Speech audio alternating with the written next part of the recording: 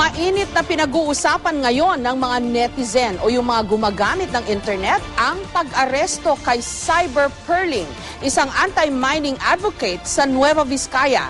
Ang dahilan kasi ng pagpapa-aresto sa kanya, isang di manoy libelous post sa Facebook. Tingin tuloy ng ilan, tila nagagamit na raw ang anti-cybercrime law kahit pansamantalang ipinatigil ng Korte Suprema ang pagpapatupad ng batas. May report si Marisol Abduraman. Siya si Esperlita Perling Garcia, presidente ng Gonzaga Alliance for Environmental Protection and Preservation, isang grupong kontra sa pagmimina. Nitong Huwebes, inaresto si Garcia matapos siyang kasuhan ng libel dahil sa kanyang post sa Facebook noong Mayo ng nakaraang taon. Sa naturang post, tinulugsan ni Garcia ang hindi pagkakatuloy ng isang anti-mining rally dahil sa dumunoy panghaharas ni Gonzaga Cagayan Mayor Carlito Pentecostes Jr.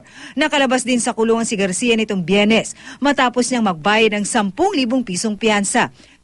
Ay talagang hindi ko in-expect, sir, kasi kampante ako dahil alam ko na walang baseless ang kaso ko, sir. Kaya I did not expect talaga.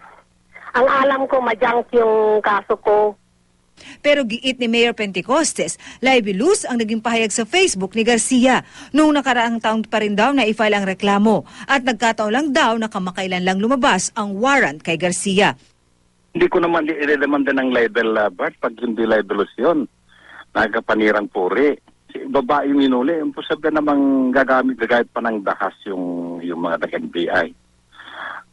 Walang arm o armas na nagamit sa panghuli sa kanya. Mainit namang pinag-usapan ng mga netizen ang kaso ni Garcia bilang pagsuporta sa kanya. Isang Facebook page ang ginawa ng ilang netizen, tinawag itong Cyberperling. Marami sa mga komento ang nagpapakita ng pangamba na ginagamit na ang Cybercrime Prevention Act of 2012 para kitilin ang malayang pagpapahayag. Kahit pa naglabas na ng temporary restraining order ang Korte Suprema laban sa anti-cybercrime law. Sabi ng anak bayan, isang halimbawa ng legal harassment ang ginawang pag-aresto kay Garcia. Naging instrumento pa raw ang Malacanang sa pagpapatupad ng electronic o e-martial law. Belta naman ng palasyo, hindi raw ito kaso ng e-libel. The case that was filed was for Article 355 of the Revised Penal Code, and this case was filed even prior to the passage of the National Cybercrime Prevention Act. The TRO will be respected.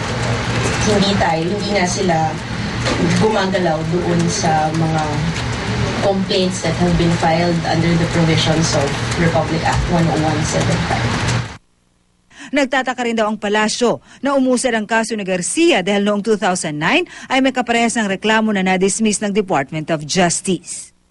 Merong isang dinismiss na kaso noong 2009 ang Department of Justice na the allegedly libelous statement was posted on Facebook. But the DOJ dismissed it kasi hindi daw nag-a-apply. Marisol Abduraman, GMA News.